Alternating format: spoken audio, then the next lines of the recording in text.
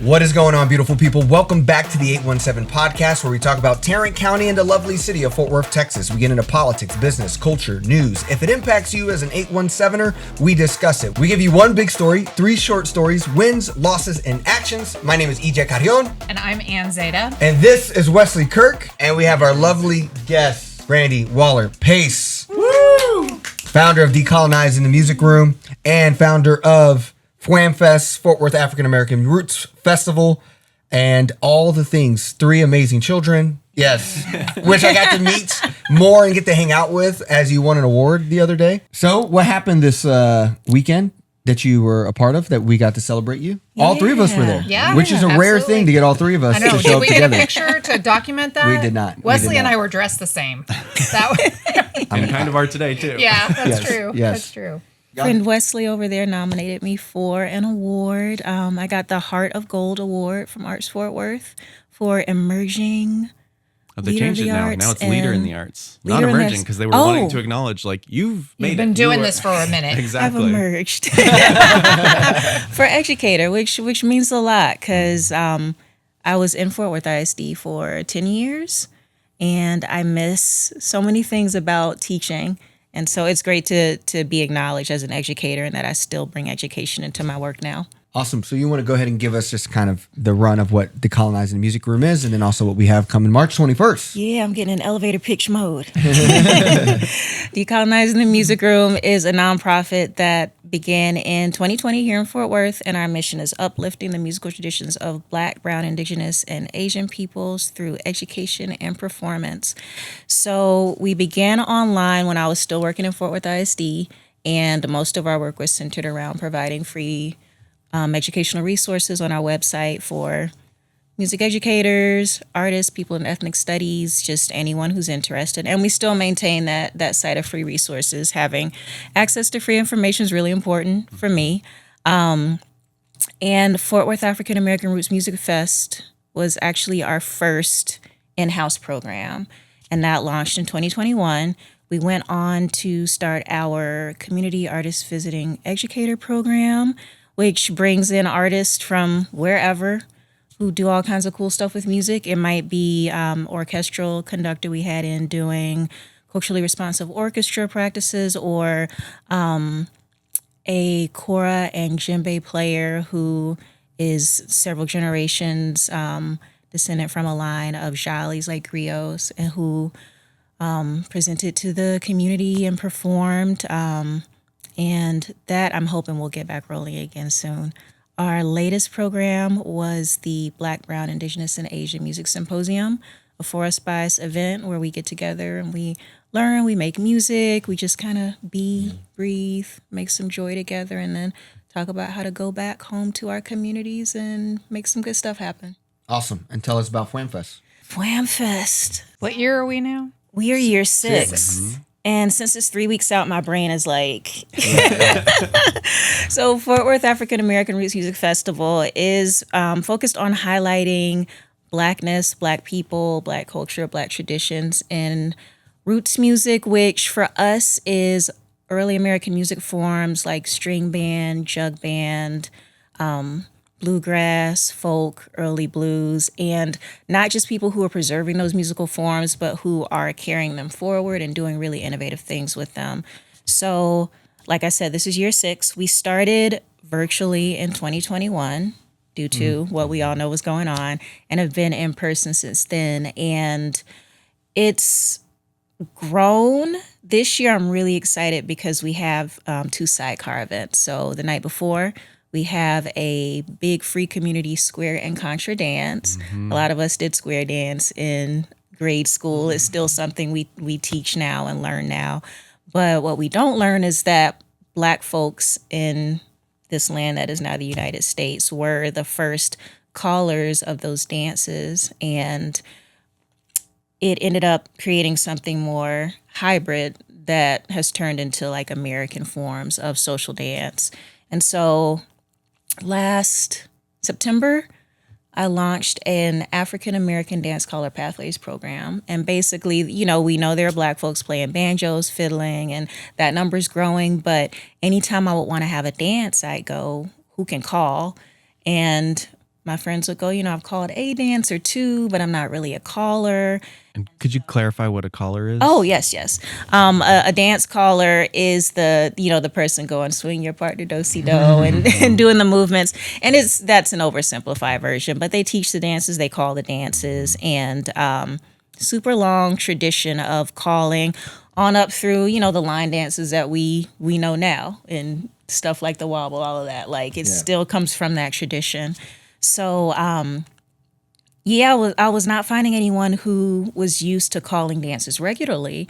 And so I'm one where it's like, if there's a gap, let's try to fill it. And so I'd already made some good connections with some other callers around the country and got acquainted with Dr. Clover Johnson, who is the organizer of the Southern Illinois Contra Dance Organization. And as far as she knows, she's the only Black Contra dance organizer that she's found in the country. So Becky Hill, who is based up in the Baltimore area, Phil Jameson, who wrote this really important text on dances that incorporates a lot of that African American and Black history. They all came together, and we got a pilot cohort of 3 folks, 2 my fellow former Fort Worth ISD music educators, and an amazing performer who's based in Seattle who will also be performing for the festival. And we put together a pilot cohort, and they've been going through dance calling techniques, modern issues in dance, like talking about non-gender calling, talking about navigating predominantly white spaces, digging deep into the history. And in January, they came together to do a dance that was geared more toward music educators, like workshop style.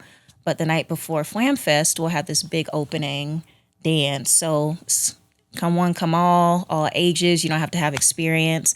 And even more exciting is we'll have a live band for that one. So those who were there last year, we danced at the end, and we had 2 fiddlers, Shanice Richards and Isaiah Seaby, who will be back to lead the dance again, and a couple other folks sitting in from the lineup. And it's gonna be really exciting. And all of this takes place at the Southside Preservation Hall? Preservation Hall. It'll be from 6:30 to 8:30 p.m. And if you go to flamfest.com, then you can find the regular tickets, but you can also find the links to do a free RSVP just so we can get a count of who's coming. So then the main festival happens, and on the other side, we are partnering with The Modern for the first time, which I'm super excited about, to present a live documentary experience.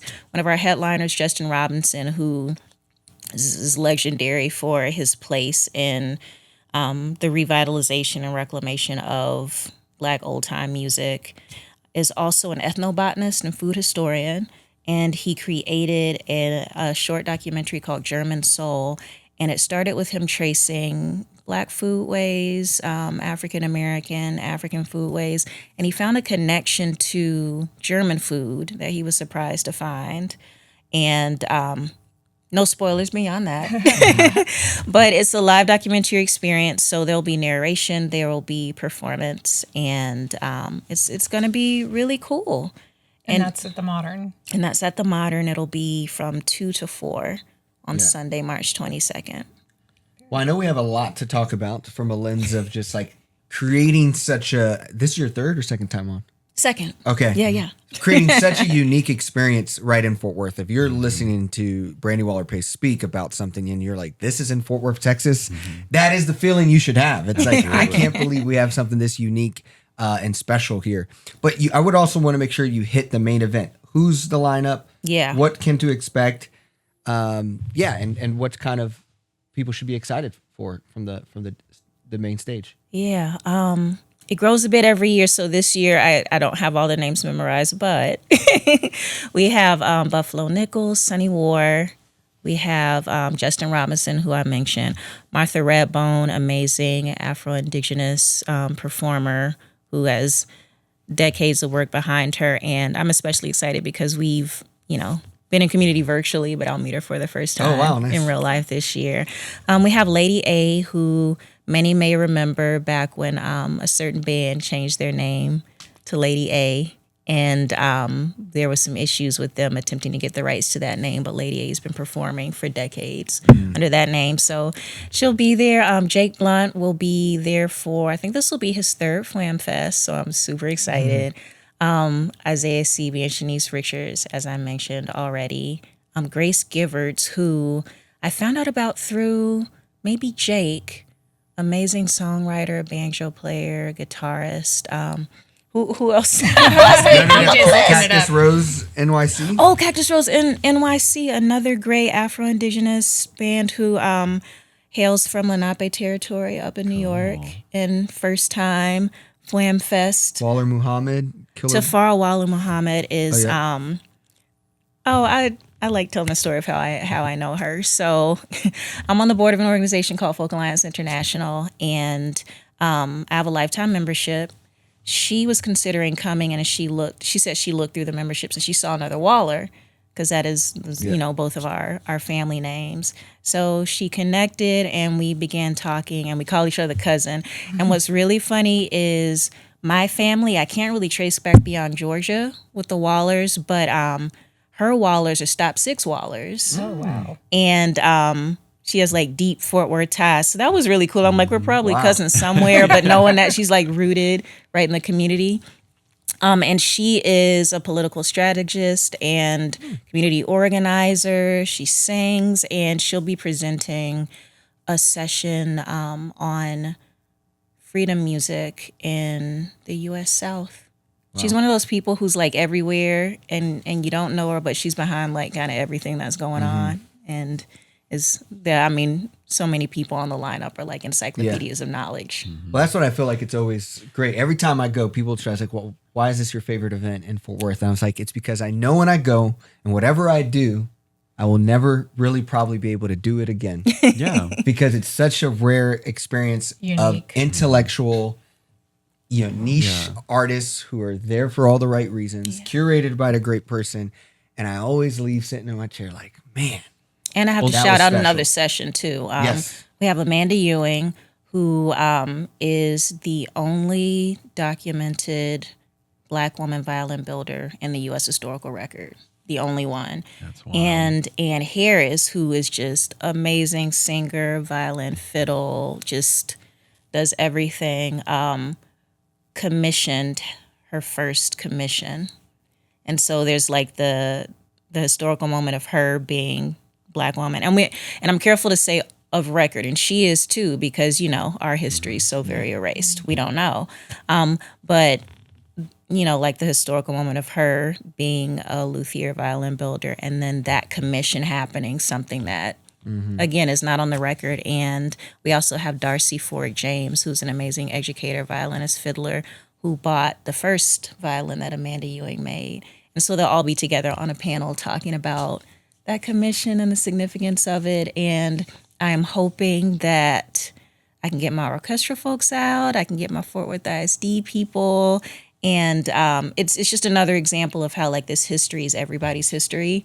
It's not just, Black folks in isolation. So. And not just there for entertaining and music, but education. The education component of this festival is extraordinary. Yeah, I mean, you learn something regardless of who you are every time you attend, because these people, they educate us as to how they came to where they are, the music that they perform, the instruments that they use, and all of that. So it's just an incredible opportunity for folks. Yeah, that's one thing I love about the festival is just bouncing back and forth between main stage where you're going to hear some awesome music, you tapping your foot to, and then you go to the chapel and you get just a brilliant lecture that you never would have thought to hear. And it's not stale. Yeah. I've been to a lot of conferences and seen a lot of cool stuff, but kind of like the conference thing can feel kind of stale just because it can feel like a little, I feel like there's always just joy and fascination. Yeah. Yeah, I remember, I forget who it was, but he like pulled out his instrument. He's like, yeah, this one Yo-Yo Ma designed for my birthday, and I haven't brought it, but I drove here, so I'm going to play it for you guys. I was like, I remember. All right, sounds good, So it's just like that kind of like random experiences just kind of happen. And separate from the people, just the story of each of our instruments is a whole thing. Yeah. I'm just curious from, the Oscars is coming, right? So I know the Sinners movie is a big deal. Like how much is I imagine you all who've been in this network seeing now that kind of work where it's becoming more normalized that people just in the more mass media space. Yeah. What is your back lens of Sinners in the sense of how effective it was, and doing its justice to the story, and what kind of impact you're seeing that's happening on artists like yourself and your festival. Yeah, just as a, plain old consumer, it was just like a wonderful ride to witness. But from a musical and historical perspective, it was so good. It had so much in it, and it was actually rooted in the people who, the stories come from. And Would you feel like it was an accurate portrayal? And have you seen like a rise in interest in roots music? I've seen a rise of interest, and not just musically, but historically. And there are things I saw there I was just like, they did such deep knowledge. Something, for example, I learned a few years ago about descendants of Chinese folks in the Delta. And I was like, he got everything, like just incorporated everything. I think musically it's brought some really cool stuff to the forefront. Like just this weekend I watched the Buddy Guy Tiny Desk, and Miles Caden came on and performed. And we know these people are legendary, but having them platformed even more has been a really big deal. And back to the festival itself. So Jake Blunt, who I mentioned is on our lineup, was a music consultant to Joransen and Kugler for Sinners. So knowing people that were connected to the movie, there's so much excitement that was already building up. Justin Robinson, who I've mentioned a couple of times, played with Rhiannon Giddens, who's on our board of directors on the soundtrack. Those who came last year might remember the Rising Stars Fife and Drum Band, who played early in the festival. They were on the soundtrack as well. So it just felt like everything was stacked, just like so heavily stacked. And it's not the same, but it reminds me just a little bit of when Oh Brother, Where Art Thou came out. And people got really, really excited about bluegrass music and a lot of the music in that movie. I feel like Sinners has a similar level of excitement, but it's such a layered movie and such a layered experience. And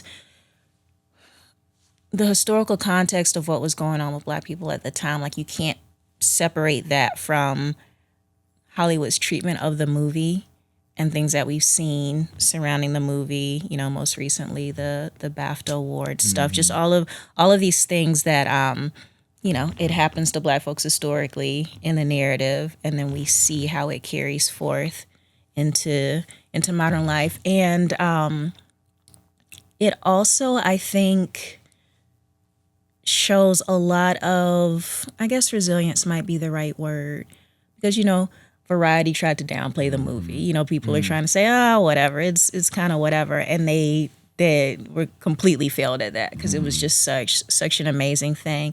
And the music's like that too. I play banjo. A lot of us in my crew play banjo. They tried to squash the history. They tried to take us out of it. We see that happen with the blues. Black folks getting pushed out of a lot of modern day blues stuff. But the story and real life are the same. Like you can't squash us out. Well, and speaking of squashing out or not getting acknowledgement for things, recently there was an article that talked about music festivals in Fort Worth, saying how Fort Worth needs a significant music festival, which clearly just doesn't give credit where credit is due when it comes to the festival that we have had here for 5 years, going on 6.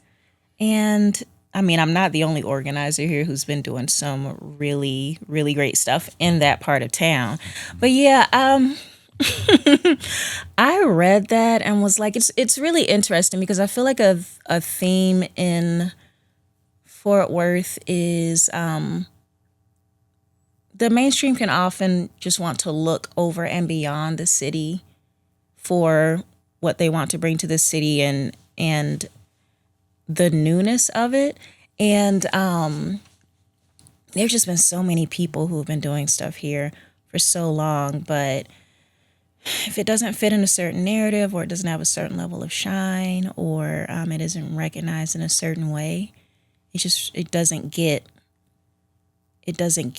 the amount of attention it deserves. And someone in response to that article pointed out Kirk Franklin getting recognized at the city council meeting, and he was so tactful when he made his joke about seeing Leon Bridges Yeah. On the and front of son the of Fort Worth, magazine. and he's like, I've been been here, played world stages, all of that, and it's sometimes you just have to go like, what is it that the city wants?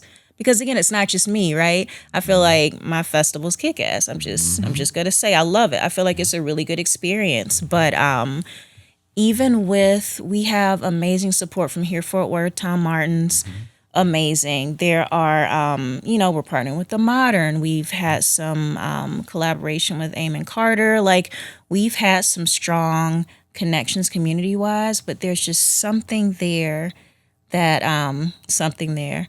we know what the something is that that gets in the way of it just being seen as like a major thing to support. And we know the Fort Worth way is the thing that gets in the way. So I've experienced that as far as the festival goes, but I've also experienced that just decolonizing the music room broadly, and how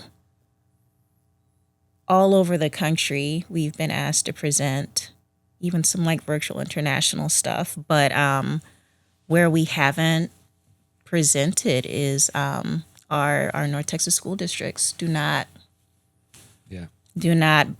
do the buy-in that exists elsewhere. And it's we've talked about this, like when people outside ask about certain things with the Fort Worth infrastructure and reception to the work and stuff, I'm like, Fort Worth is weird, and weird is a very useful word because it encapsulates so much. And I feel like there's this level of like trying to crack the code to really get the buy-in. And it's not that the mainstream buy-in is what validates the event. It's already, we know that it's a great event, and we know that the community that attends likes it. But as far as material support, as far as saying we have a signature festival, and instead of saying we don't have it, saying we're not putting our efforts and our resources behind it, and other events that we know do big stuff every year, like that it's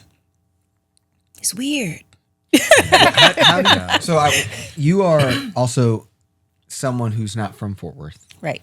and so I think, can you walk through just a little bit about where you're from, your education, Yeah. and then you got here to Fort Worth, and then just navigating Fort Worth from your lens. I think Wesley's the only one here from Fort Worth, Yes, That's crazy. But I mean, yes.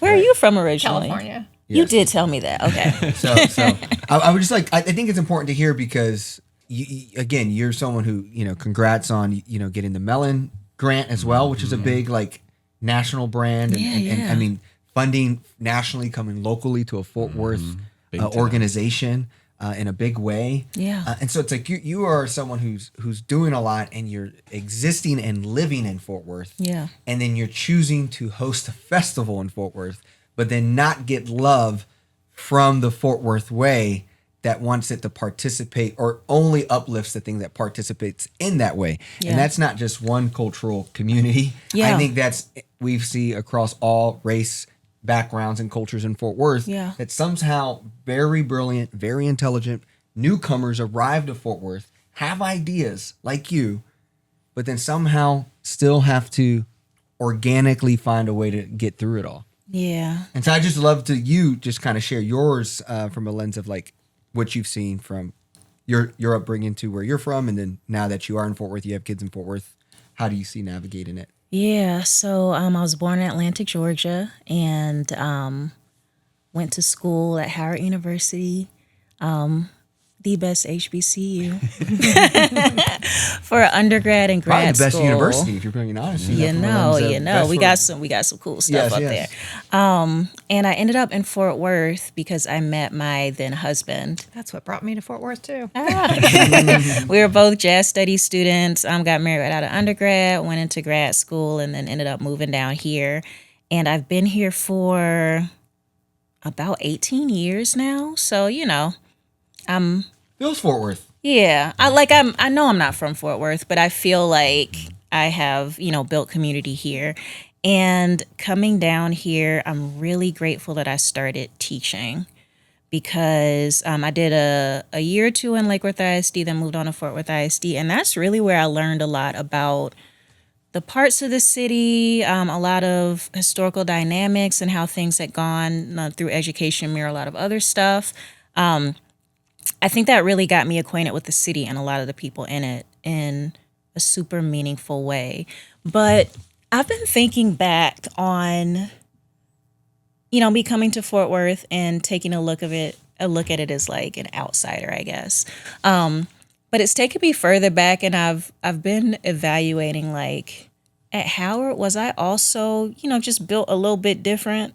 And in Atlanta, was I built just a little bit different?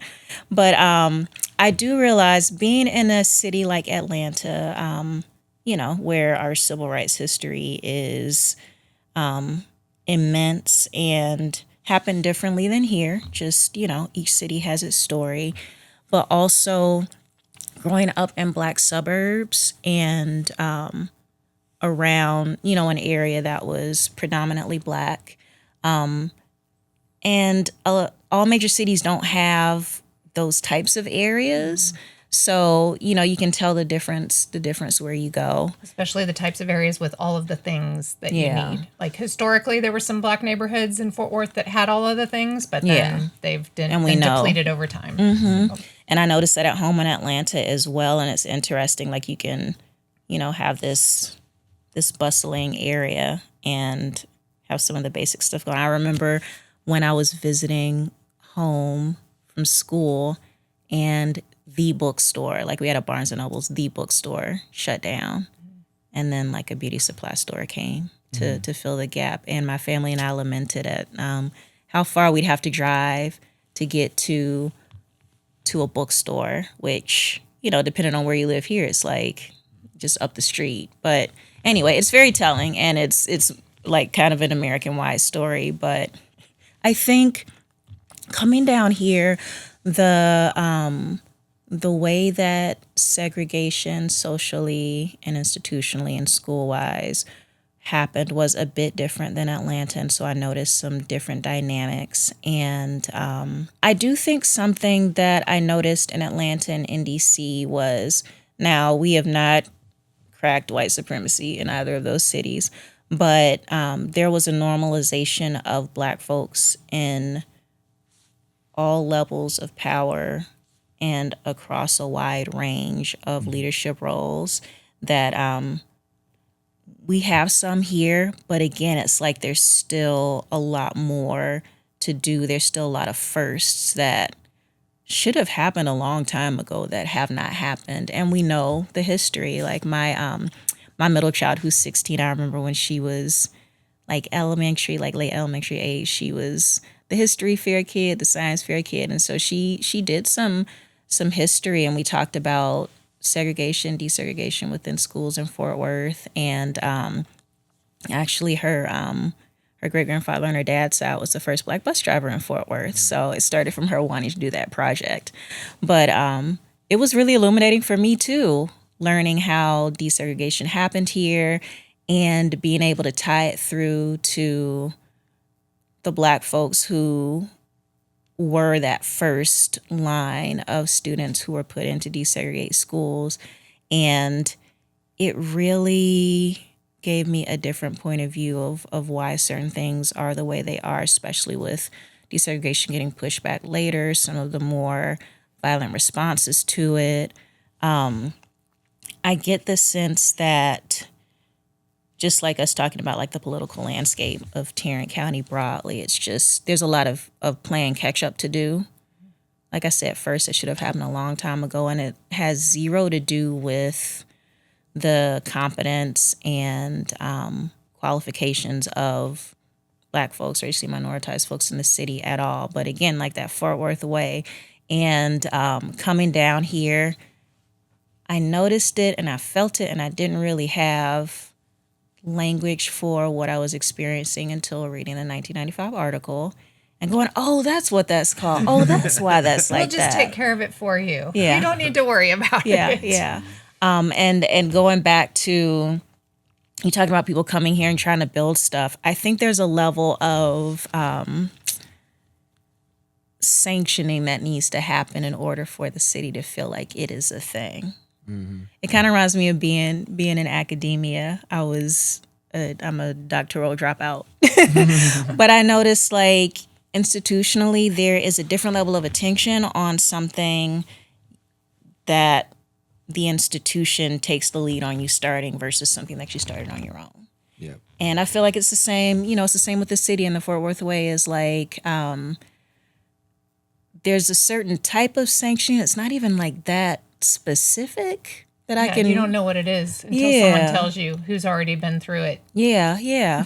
And like, where did the idea originate? And I think it ties to maybe like the broader, construct of white supremacy and a lot of the paternalism in folks feeling like they were the foundation of whatever the thing is. They championed it at first. And there are so many of us here who are doing amazing work that didn't go through that through that channel.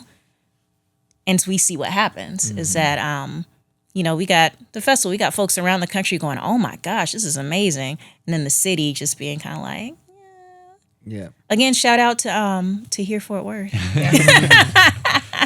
And but you worked hard for all of that. Yeah, I think, getting connected to that, and it's kind of like that thing of who is championing your idea. And when I address the city, trying to get them to do certain things, it's constantly do you have a council member who's championing that? Right. And I think that's an awkward way to do things sometimes. Yeah, absolutely. And that kind of came later through Wesley. Well, you helped with the proclamation for the 5 years, but you'd already gotten the promotions and development fund support. Yeah. And Elizabeth had already come through the festival and supported it. But interestingly, like I remember getting that proclamation and we took pictures at the end. If anyone goes to our socials and sees the picture, you will notice who is standing with us and who is seated behind us. Yep. And it's very telling. Yeah, I had the similar experience of starting my company. I came here, had an idea, I started the idea, and then it's like never have been in a Tarrant County school district. Yeah. And it's like you're on you're one of the actual successful startups. Right. But I feel like that's the thing about Fort Worth. I think a lot of the change that it's going to come from people staying persistent, resilient, staying true to self, having local grassroots organizers. We all know Jalen Gordon, Afro-Cum University. Like amazing. The word that she termed is activistpreneur. And I think if you're an activistpreneur, meaning, I think an entrepreneur is someone who creates value for a business to, create profit and sustain. Social entrepreneurship, you do that as well, but then there's like this mission and good. But an activistpreneur is building people-powered assets. Yeah. So a great example of a people-powered asset is this podcast, right? This podcast doesn't make necessarily any money. But if I called the mayor and asked, how much would you pay me to stop? It'd be a pretty big number. And so that is an appraised asset. And I think when I look at your work with the Fwam Fest, it is a people-powered asset that the Fort Worth Way does not know how to colonize, right? And it does not know how, and ultimately, colonization is the dopamine of white supremacy. Yeah. And, and I look at that in three ways, right? It's needing the credit, needing the control, and to capture the value. Yeah. And so it's that mindset is so baked in a lot of this Fort Worth existence that you actually succeeding, you actually being the festival of Fort Worth, Texas, gives a lot of people who have power today no more influential cultural power. And you're one of, to me, why I feel like we've linked so much and honored to be on your board is you're one of the true steppers of activistpreneurship in this city. Oh, thank you. And I think that's why I think people who come to your are also, I think, it attracts activists, preneurs, and grassroots organizers because they see this. It builds that structure and sustainability that will be ongoing. Whereas if you follow those steps that EJ just said, it's co-opted, and then if those people lose interest, it goes away. Yeah. So there's been things where they've bought in and said, okay, well, I'll follow these laid out steps. And then poof, where did it go? So many things like that. But what you're doing builds the sustainability and the grassroots people who continue to support it forever. Where's my main camera? Is it that one? We have to fund things if we want them to stay. Most of my funding comes from outside of the state, not just outside the city, not just outside, the metro area or outside of the state. The funding that the city gives for arts nonprofits is embarrassing. Embarrassing. And the people at Arts Fort Worth are working so hard to, try to get people supported. At the end of the day, it's dollars and cents. And the city gives out multiple times less than even a city like Irving. So much less in Dallas. If we're compared to other metro areas, the funding is abysmal. When I talk to other arts nonprofit leaders in other cities and we talk budget and we talk, what the city allocates, it is embarrassing. And with all the things that the city finds valuable and does, we cannot say that we are a city that supports the arts and sees the importance of the arts and funds pennies on the dollar compared to other places in the state and the country, while reaping several hundred times the return because of the stuff that we're doing here. And FlamFest is here because I love the city. I taught in the city. I loved being in Fort Worth ISD and just getting connected to the community. My 3 children have gone through Fort Worth ISD, are still in Fort Worth ISD. Their family has deep roots here on their dad's side. There are some great things about the city, but we cannot continue to grossly underfund, expect philanthropy to fill in the gap, because philanthropy does not care about Black people, or things that are not, a certain kind of aesthetic. I feel like I just keep saying it at the top of my lungs everywhere is we should be embarrassed. We have such cool stuff and we have such cool people and just all this stuff, and we are we just pretending that? I'm not sure what. We're not prioritizing the right things. Yeah. That's definitely this is why I bring up all the time how lucky Fort Worth is to have someone like you here, because we hear from city council all the time that they want Fort Worth to be a world-class city. We have a world-class festival right here. We have world-class artists right here. We don't have world-class funding. Exactly. And we don't have all the rings on the ladder of opportunity either. Yeah. So it happens way too frequently where amazing artists get their start here, but they have to move away to get the next level of success. And then we just have to hope that they come back.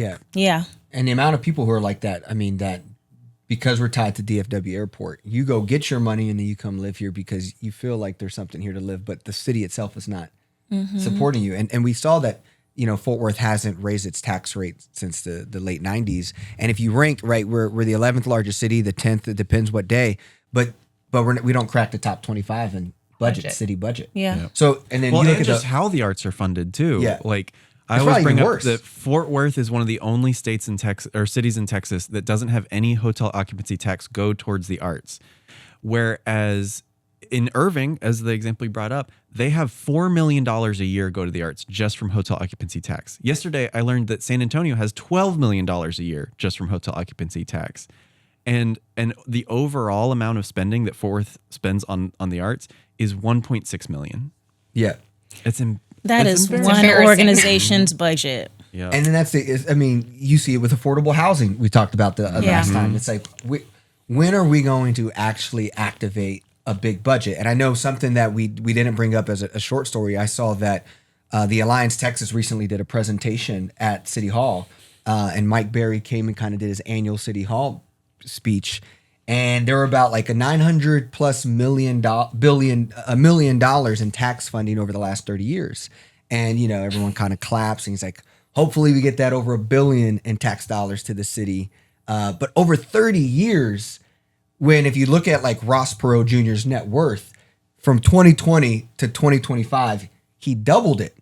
He added the city budget to his net worth. So that's $3 billion. So in 5 years, his net worth grew $3 billion. But we're clapping that over 30 years, we still haven't cracked $1 billion of a place where this man has actually doubled his net worth and put the city budget in his pocket. Yeah. And we're clapping and we're just like, yeah, this is awesome.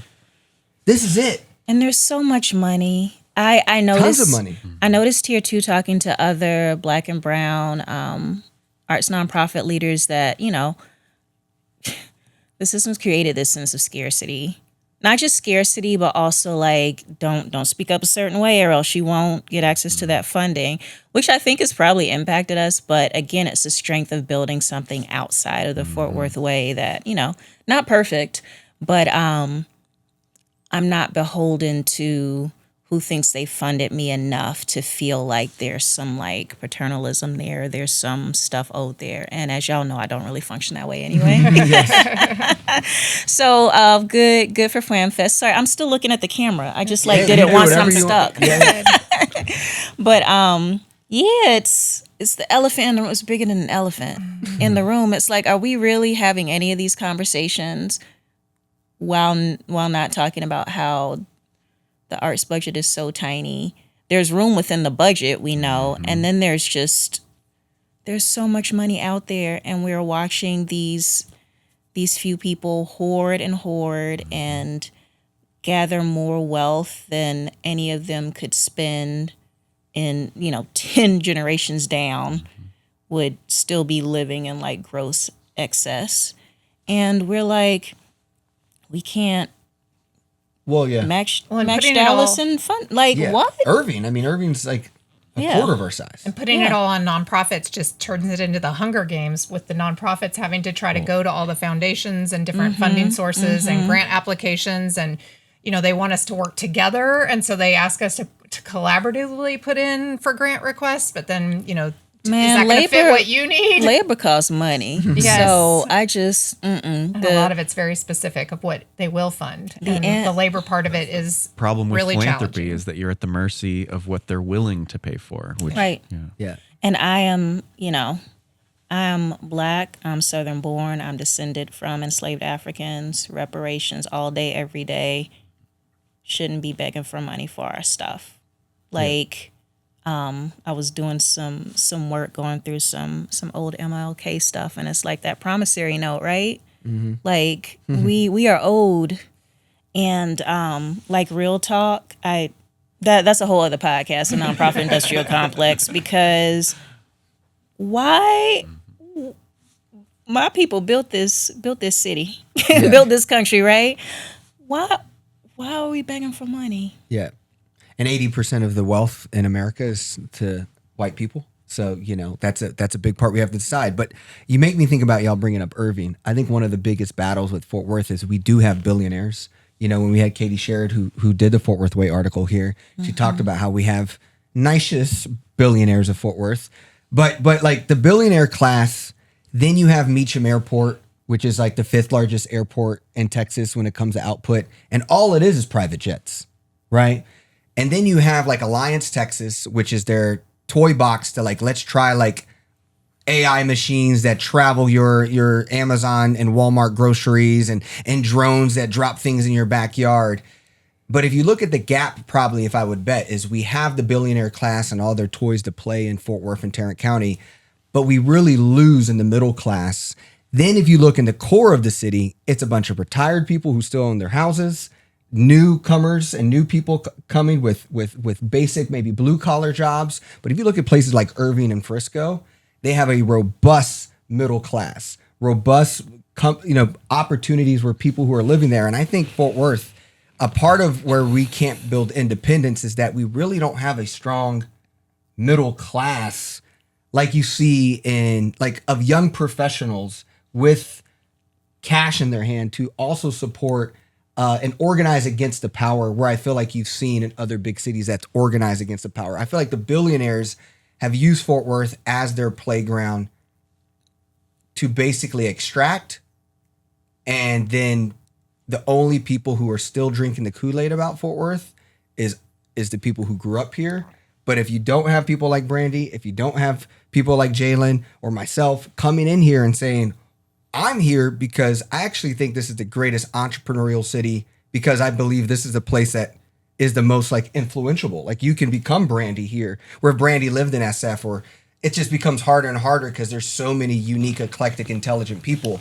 But here in Fort Worth, as the 11th largest city, the quality of people in power to the quality of people who are rising and coming, this is not just like political, it's cultural, it's economical, but it's us all coming together and being like, are we going to start building those people power assets where the middle class can come and start funding festivals like this, sponsoring festivals like this, sponsoring newspapers, right? We talk about a newspaper idea. These things can be funded not by billionaires, by middle class people saying, I'm now going to see some power by spending my money on buying this, then maybe, snowboarding for the week or buying a four-wheeler.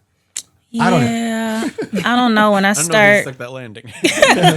when I start hearing middle class, stuff starts kind of shaking in my brain because again, coming from an educational background in the district that overlooks so many people, and the promises of middle class are still rooted in like this American exceptionalism Still and relies on a hierarchy. yeah, and Well, funding all those bells and whistles things that you were talking about that don't help anybody, middle class or people who are struggling. We're not building the infrastructure of the things that would help people get into that middle class. So no transportation, have to own a car, all that and we kind have of stuff. to ask, like, what does the middle class mean in 2026? Yeah.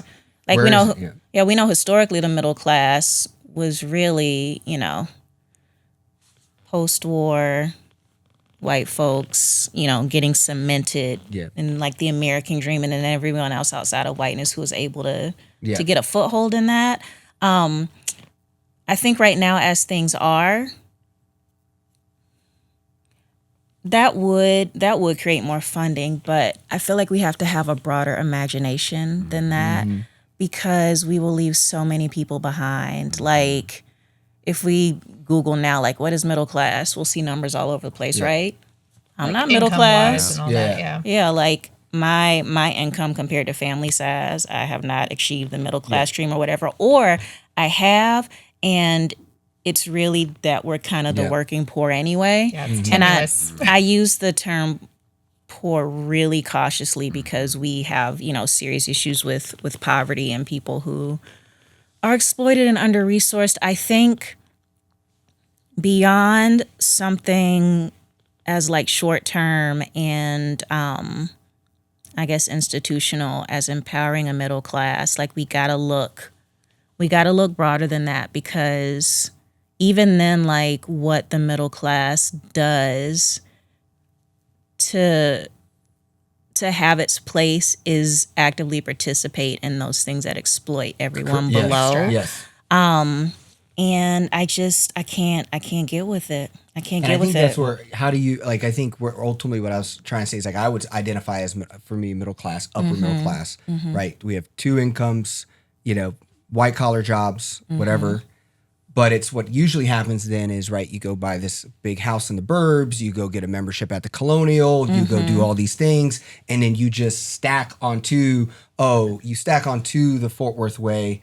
And I think especially if you have the privilege as a black or brown person to break the matrix and somehow get a landing, it's like, how do you take if you're working at Lockheed, if you're working at these spots, you're starting to make real money. And I think what I see with a Frisco or an Irving, especially because those are predominantly Indian and Asian cities, is the mutual aid that they build in their churches or in their communities to start building actual kind of power. And I think that is something that any people with any kind of discretionary income, like we haven't even got to the point of talking about like people have to pay to go to the Fwam Fest, right? Like they have to pay money to go to the Fwam Fest. And like sometimes we get resistance from that because Right. they don't Even understand. Though it's low. Yeah, Yeah. that is a hell of a good deal. Yeah, it's like $50 gets you a whole day of music and activities and multiple experience. talented. And we do have more tiers this year, including 12 and under being free. So Yeah, 12 and I, under I being cannot free. stop looking at that camera. I'm so sorry, It's y'all. fine, It's you're not- good. But so I say that in a lens of like, right, like there is families who maybe, need to also be exposed to like starting to realize that their contribution is like, I look at my, like what I'm trying to do as a young professional is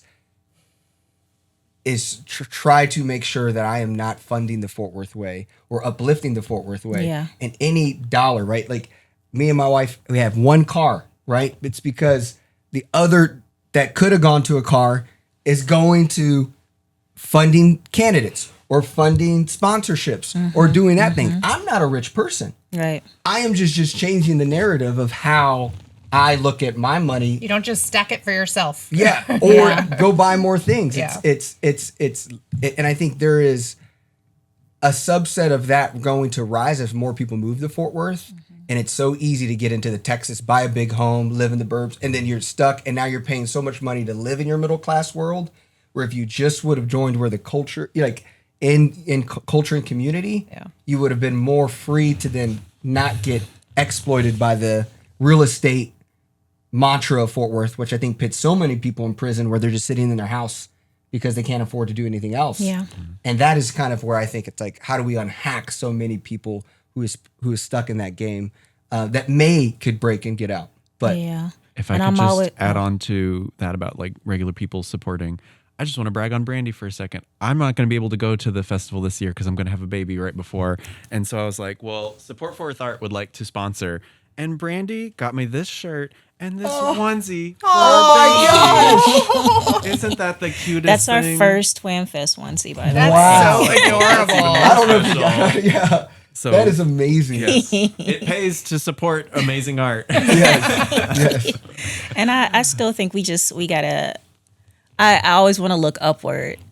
All these discussions I feel like are essential discussions, but at the end of the day, if we look up, like the wealth inequality is so disproportionate. And, like you said, they come in and this is their playground. They're also polluting so bad. So we're dealing with the wealth inequality. We're looking at them, trying to put a data center Yep. in Environmental Southeast racism. Fort. Yeah. March 10th is the vote. Yeah. And the private jets. Like I have very strong words. I can say some of those words on a podcast, some I cannot say on a podcast, about how if we could just look upward and go, there's no way to be an ethical billionaire because you have to participate in certain stuff in order to get to that status. And even, our Queen Beyonce, like she's a billionaire. Like we got everybody's participating. So I'm thinking of somebody who's going to hear our Queen and be like, oh God. Being hyperbolic, y'all. And these are people who are not smarter than, the person who lives in a part of town that is less desirable and works like a regular job. Like they're not more brilliant. They're certainly not harder working. And they don't deserve to exploit and generate wealth and take the earth down with them. And what is it that they say? Privatize the gains and socialize the losses or whatever. Like, there's so many of us and there's so few of them. And we could really make a difference. But I feel like I think way long term beyond, like, very like abolitionist minded. So what are we knocking it all down and like what are we rebuilding? And we're kind of stuck in, the more pragmatic things you talk about versus the like, we got to turn this whole thing around. And I just sometimes I'm just like fuming at the gross inequality of it all, and that those of us who are I can't remember, what is it? What's the percentage? they have like such and such percentage of wealth, and we have this like tiny percent compared to those few people. Like the 1% is near a fifth of the wealth of America. Is it only a fifth? It's I'm way surprised. more. I was gonna say I think it's 1%. I think when you go to the 10%, then it expands, and then it jumps yeah. over like 60 to 80. But and it's all more money than you could spend. Money's made up anyway. In generations. Yeah. Generations, not just your lifetime, but What descendants' lifetime. was the thing where they would say like if you worked like minimum wage from like the time of Jesus to now, like you wouldn't have this You much wouldn't have that much money.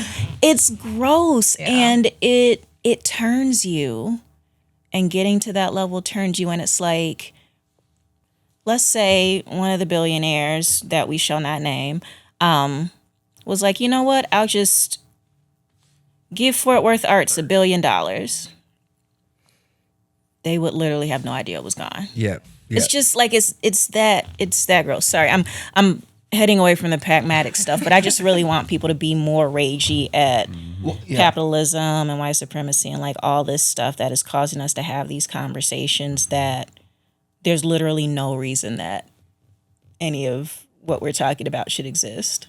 Well, I know we're going long. And so what I would love to do is just to kind of maybe recap, and you can take it where you want in the lens of, I'm interested of, you are an abolitionist, you are an activistpreneur, you are someone who's thinking the long game.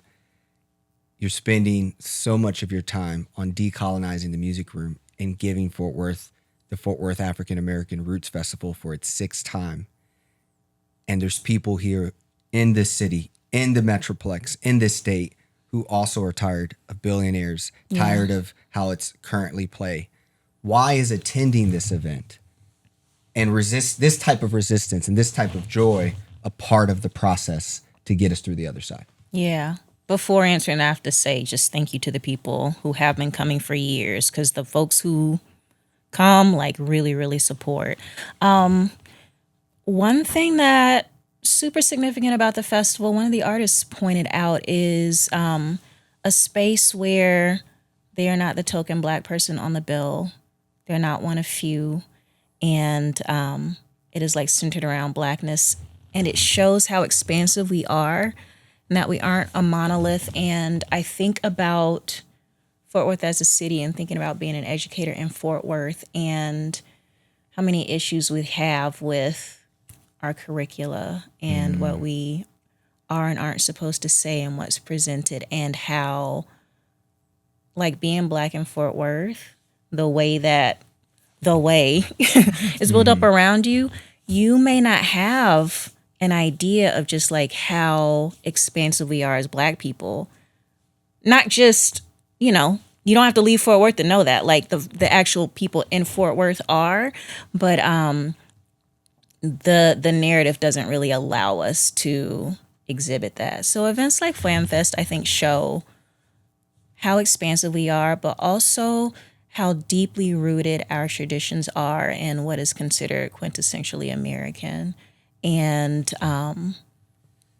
how central our place is in all the things beyond building the country, as enslaved Africans and their descendants, but all the cultural wealth that we've provided, all these traditions that way down the line, people are not realizing that we're part of, so now we have an eye on country music and early blues and things like that.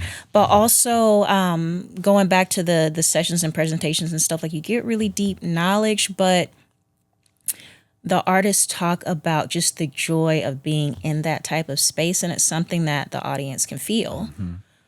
Beyond that, it brings me a lot of joy to see Black folks come in and go, I didn't know we had anything to do with this. Mm-hmm. And so coming to the festival is like a starting off point for seeing the multiplicity of Blackness, that it exists in Fort Worth. It exists everywhere. It exists across, North America, across continents and stuff. And engaging in that like counter narrative storytelling, like pushing back against our place in society being this like very narrow thing, is just a really wonderful starting off point for upending all the what does James Baldwin say? Like all the filth and stuff we've been forced to swallow about Blackness and Black people that just flattens out our existence into, you know, this one little thing. Like I said, like Fort Worth already is rich in what it has, but events like FlamFest invite you to come in and like dig deeper. And then something as simple as like, they didn't tell me Black people made banjos. What else didn't they tell me? You know, you can just like start to peel away at so much. The layers of things that they were not taught in school. Yeah. Well, Brandi Waller-Pace, thank you for coming on to the 817 Pod. Thank you for having me. We will see back. you March 21st at the 6th FlamFest event. Is going to be happening. Maybe come the day before, because that's also free. Free dance. Day after is not free, but it's low cost. We have more tiers. And remember, 12 and under free. So bring the family. Bring the kids. And I can vouch that the contra dance is going to be a lot of fun, because Brandi had the like workshop with people at Amphibian Stage. And I remember, like, you know, in 4th grade when you're learning line dancing and everyone's miserable, but like seeing the joy of it and the freedom and the improvisation, like everyone was like smiling from ear to ear for the whole time. It was a blast. So definitely check that out. Yeah. Join us.